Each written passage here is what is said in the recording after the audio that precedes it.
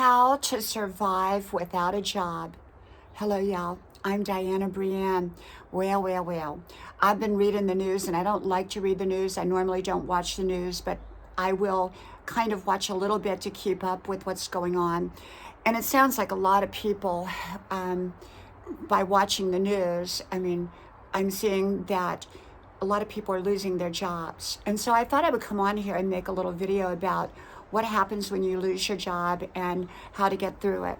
You know, losing a job is very traumatizing. It really is. It's very scary to lose your job.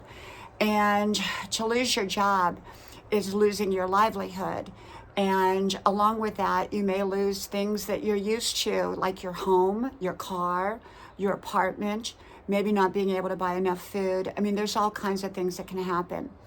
So first of all, I think smart people, put money away for a rainy day, as Grandma used to say. You have money set aside for if something does happen, something unexpected. And I think a lot of job losses right now are unexpected by people. They didn't see it coming, and so they didn't prepare for it. I think even like in the Great Depression, people didn't really see that coming. Everybody was dancing around and being happy in the roaring 20s, and then suddenly, boom, everything kind of fell apart. They didn't see it coming. So I think smart people prepare for the stuff that they don't see coming. And, having enough set aside for that rainy day. So what do you do if suddenly now you're without a job? Well, first of all, you try to look for a job. You're stunned, you're shocked, you're saddened, you're maybe even traumatized a bit, but get back out there, get those applications ready. Or if you think you're going to lose a job, begin to put applications out there, or at least create a resume that's strong. And or begin to learn skills that can help you get another kind of job if you need another kind of job, if that kind of job's not going to be available anymore. But by all means, prepare yourself beforehand so that you can get back out there and be marketable and get another job. And hopefully you have enough savings where it can tide you over so you don't lose anything significant. You may have to tighten your belt, you may have to tighten your budget to get through that lean period of time, but you will get through it if you do the right things. And sometimes you have to make a shift. Sometimes you may have to move to where the job is. It just all depends.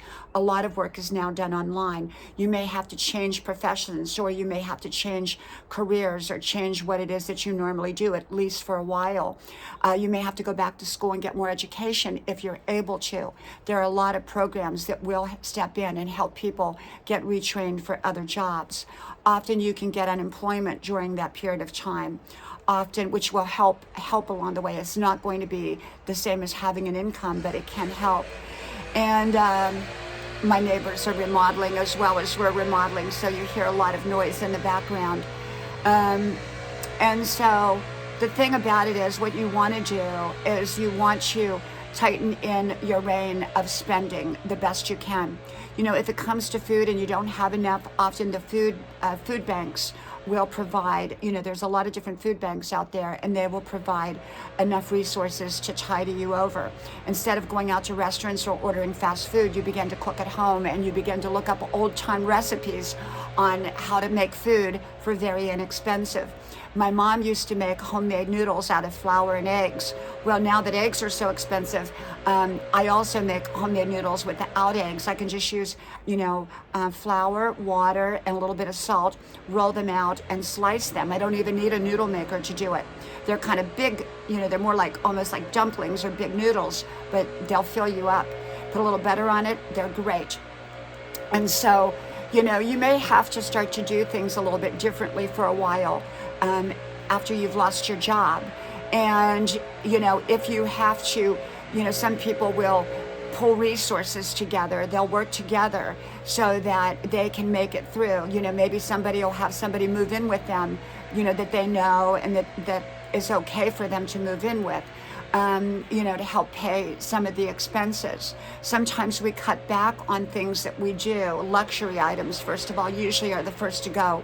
Then sometimes, just controlling your thermostat can save you a lot of money per month, whether it's air conditioning or heating.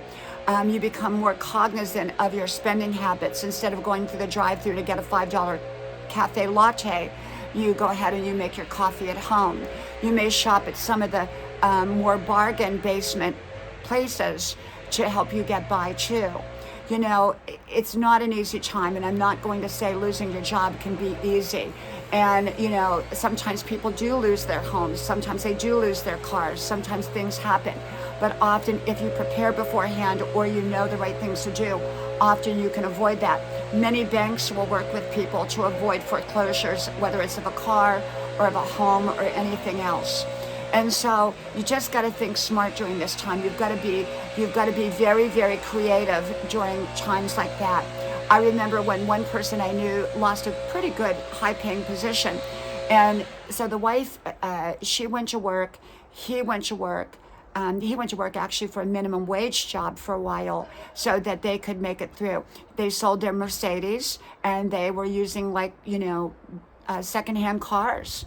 And so they were doing a lot of things. They were kind of downsizing so that they could get through it.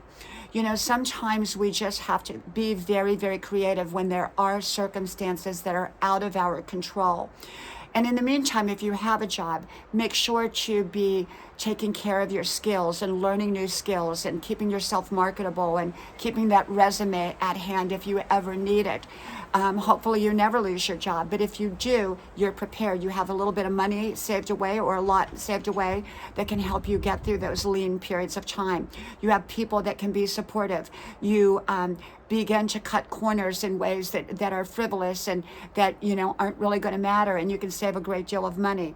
Often you can save a great deal of money by just being thoughtful about how you use it, okay, and about how you spend it, instead of being foolish and throwing money away. Losing a job is not easy, but it is. People are able to get through those lean periods of time through creativity, through support, through learning new skills, through, you know, staying positive about their life and keeping out there. There are jobs out there. It may be time for a new career or a new start, at least temporarily, until you can find a job similar to the one you had.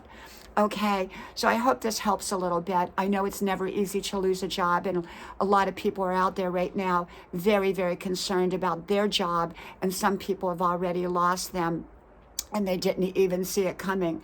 Sometimes you even have to move in with your mom or dad. I know people that, older people, like in their 40s or 50s, have moved in with their elderly parents for a while. You know, you just have to do what you have to do that's in your best interest and to get through those difficult and challenging times. Okay, from my house to yours, may God bless you. I hope you like, share, subscribe, and I hope to talk to you soon again. Bye-bye.